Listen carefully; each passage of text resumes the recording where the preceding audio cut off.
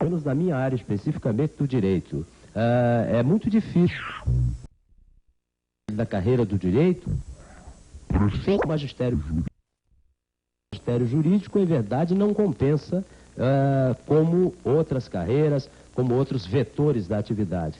Sendo que no caso aí, eu acho que a preocupação é mais com o ensino de primeiro grau, né? Sim, dentro do ensino do primeiro grau, que se constata, nós vemos aí, também temos, digamos, o efeito dentro das universidades. Nós vemos, por exemplo, um paradoxo. Eu dirijo uma faculdade de universidade pública e constato que um dos maiores problemas que eu tenho é o problema do estacionamento. Ou seja, é o problema da maioria dos alunos tem automóvel. Disse, mas como e por quê? Pois se originariamente a universidade pública há de ser destinada àqueles de menores recursos. Mas acontece que quando são feitos os vestibulares, alcançam as universidades públicas aqueles que fizeram bom primeiro grau. E fizeram bom primeiro grau aqueles que tiveram qualquer suporte financeiro, qualquer suporte econômico. De modo que isto hoje se constata no ensino superior público. Quer dizer, a maioria das faculdades públicas, das faculdades do ensino público, a maioria, ela possui alunos de bom ponto, em detrimento daqueles que estão em universidades particulares, tantas e tantas vezes penando ou trancando matrícula, porque não podem continuar o seu curso. Léo, você acha que a verba para a educação chega na sala de aula? Solange, pelo noticiário que a gente tem acompanhado, não chega não. Eu tenho a impressão que o ex-secretário está com a razão quando diz que apenas 30% chega às escolas. Porque a burocracia do Ministério da Educação e a burocracia das secretarias é uma coisa monstruosa. Sem contar aquele a imensa quantidade de professores que não dão aula. Trabalham nessa burocracia, trabalham nas secretarias de educação e trabalham dentro do Ministério. E sem contar também que existem obras, existem veículos. Existe também os apadrinhamentos, conforme a denúncia aqui do ex-secretário. O que acha? Se chegam à sala de aula, há um mês atrás eu li a seguinte notícia. Esse país, você lê o jornal hoje, fica triste, dá vontade até de chorar. No Nordeste, 6 milhões de crianças não têm sala de aula. Se elas acordarem hoje dispostas a irem à aula, não podem, porque não tem sala de aula. Quer dizer, mesmo que tivesse o recurso, não teria sala de aula. Agora, por que acontece isso? Do que há de verba, 30% se perde. Porque a verba é recolhida no município. Do município ela vai para o Estado, recolhe a do Estado.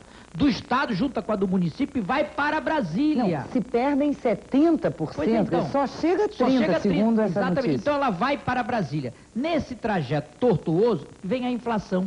Então ela leva quase 2 meses para voltar. Agora você multiplica. Pronto, já foi 60%. Exatamente, minha filha. Se a inflação já era isso que eu ia está em 32% este mês, não é, Abuim? Abuim balançou com a cabeça que sim, ele concorda. Não, é um homem muito culto, eu fico satisfeito. Então, veja bem, 32% você perde num mês. Quando ela vai voltar no final do outro mês, você já perdeu 64%. Não é, Antônio Vicente, você que é professor, é uma vergonha o que acontece no Brasil. Abraham Lincoln costumava dizer, ninguém salva o povo. O povo salva a si mesmo, através da escola. Um país que não tem escola é um país fadado ao quê? Ao fracasso. É uma tristeza. Eu vou aproveitar que o professor Abuim é professor universitário também, da Unirio, diretor do Instituto Carlos Chagas, enfim, entre vários títulos, tem também o de professor. O que o senhor acha dessa... É o quê? Incompetência? Essa perda de recursos para a educação? Eu acho que o Aniverte pontuou muito bem essa problemática da ida e vinda dos recursos. Eu creio que realmente nós devíamos fazer a municipalização dos recursos, porque a inflação consome um percentual significativo e a corrupção entra também com uma parcela muito avançada, coisa que ele, por circunstâncias pessoais, as omitiu. Mas, na verdade, eu tenho a impressão que a contribuição dos municípios deveria ser de, no mínimo, 15% para a educação. Município, Estado e o governo federal. Quer dizer, o dinheiro nem sai do município, né? Esse dinheiro deveria ficar no município. Não ir passear lá em Brasília. Exatamente. Quando se fala hoje em reduzir o número dos ministérios, parece que essa coisa tem algum sentido se nós realmente prestigiarmos o município. Bom, enquanto isso, vem a nossa próxima notícia que deu no Globo. Mensalidade escolar sobe mais que o dólar. Enquanto o ensino público está abandonado por falta de verbas, as escolas particulares continuam praticando aumentos abusivos.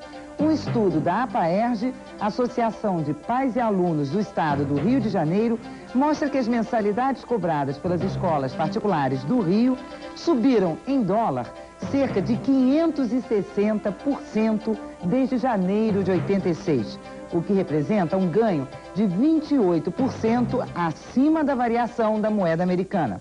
Os cálculos serão anexados à ação civil pública que a APAERJ vai impetrar contra os colégios.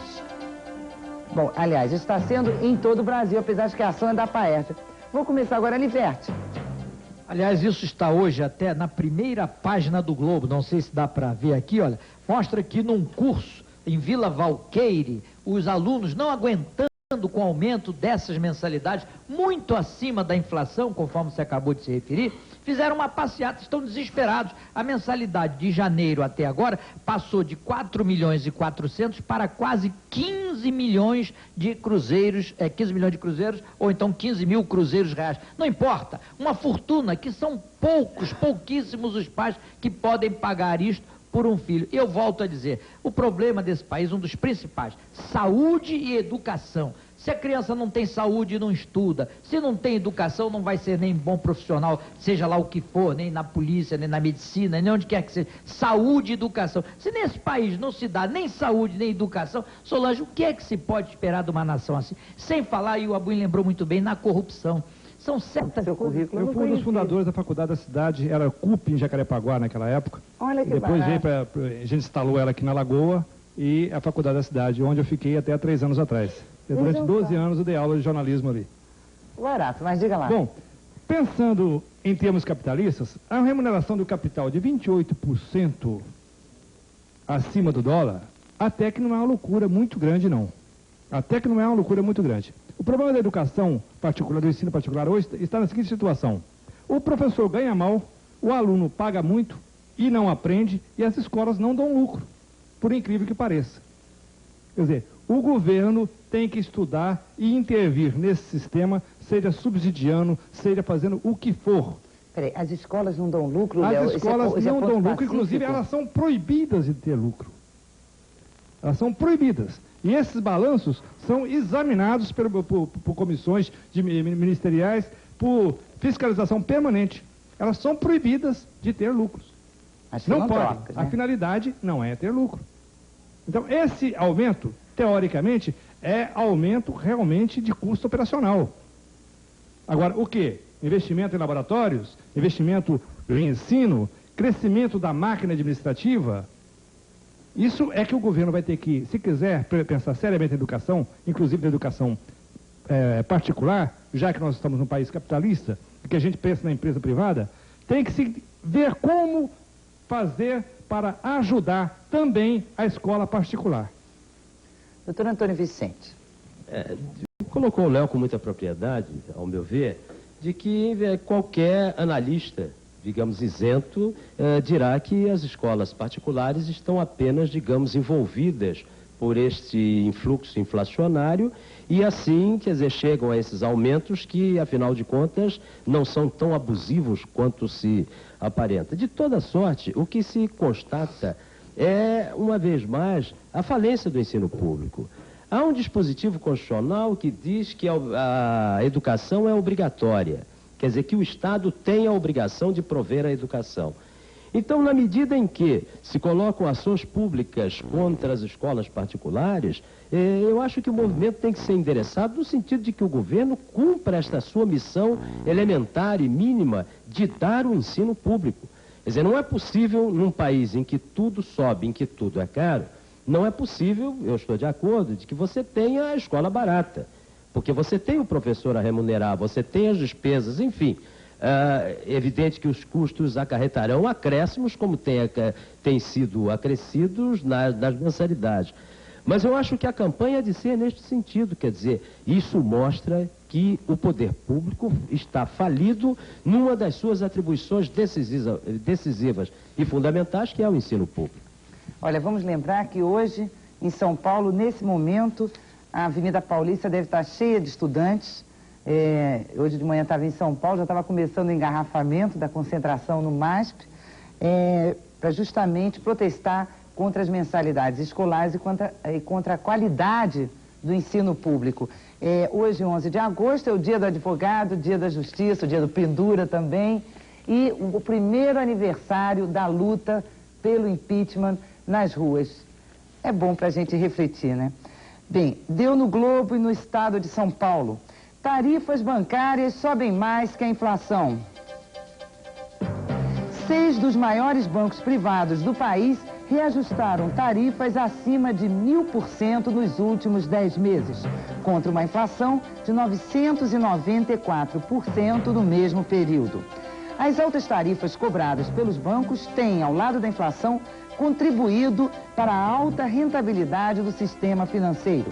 O presidente Itamar Franco acha que os bancos estão tendo lucros extraordinários.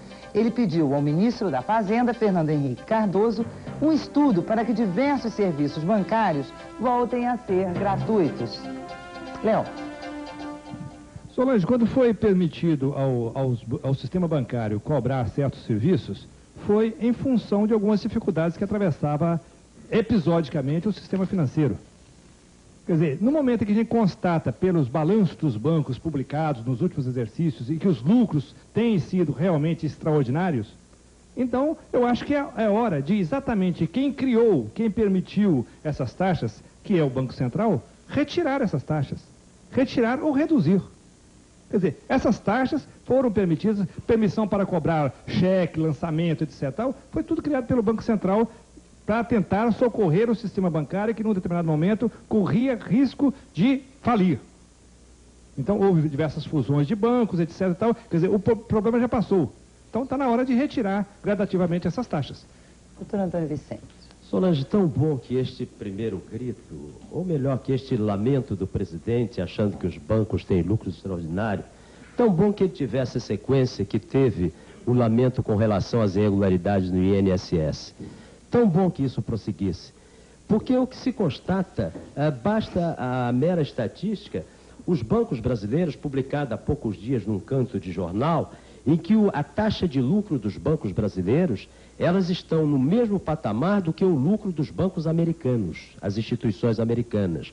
Enquanto um banco americano, se não me falha a memória, um banco americano tem 10%, suponhamos, de coeficiente de lucro, os nossos maiores bancos aqui têm 9,8%, 9,7%. Quer dizer, são bancos de primeiro mundo para a nossa terra, para o nosso país. Há poucos dias, vi o ministro da Fazenda com toda a ênfase colocando, dentre os sócios mais inflamados da inflação, dentre aqueles mais interessados da inflação, ele colocou os bancos, e especificamente os banqueiros. Tão bom que isso progrida, tão bom que vá à frente e que não fique neste lamento amanhã ou depois logo abafado. Aliverte.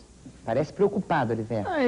É outra notícia que eu quero mostrar, olha aqui. Está no Globo também, primeira página. Tarifas cobradas pelos bancos sobem até 155%. Aí você lê a notícia, vê que o lamento do presidente Itamar não vale nada, nem o do senhor Fernando. Sabe por quê? Eu vou ler um trechinho da notícia. É uma vergonha, olha só. 6 dos maiores bancos privados do país estão aumentando suas tarifas por serviços bem acima da inflação do governo Itamar. O Bamerindos, do ministro da Indústria e do Comércio, olha só, o Bamerindos, que é do ministro, está aqui no Jornal Globo, do ministro da Indústria e Comércio, senhor José Eduardo de Andrade Vieira, chegou a aumentar a tarifa pelo uso do cartão magnético em até 155%. Quer dizer, o ministro, o homem do governo, leva até rio. Tem que rir, ou você chora de tristeza, ou fica envergonhado das mentiras que vêm de Brasília. Como é que o presidente vai reclamar se o próprio ministro dele aumentou as tarifas do banco dele?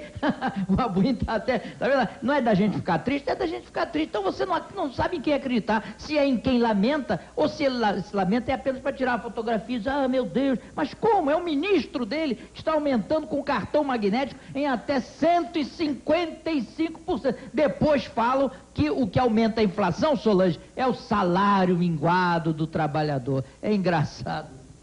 Gente, vocês lembram que há uns 20 anos atrás, compensação de cheque era em 24 horas? Lembra desse tempo? Pois é, hoje em dia em 2 e até 3 dias, né? Quem é que está ganhando com esse nosso dinheiro sendo rodado? Tá certo que tem que estimular investimento produtivo, mas o pessoal já está tirando o seu, né? E a sua opinião qual é? Bom, deu em todos os jornais a nossa última notícia.